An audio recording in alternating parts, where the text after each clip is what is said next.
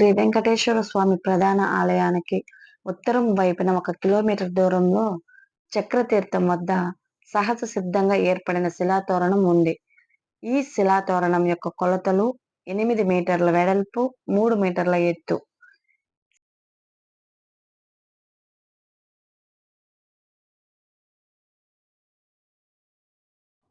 ప్రకృతి సహజమైన కోత కారణంగా ఈ శిలాతోరణం ఏర్పడింది.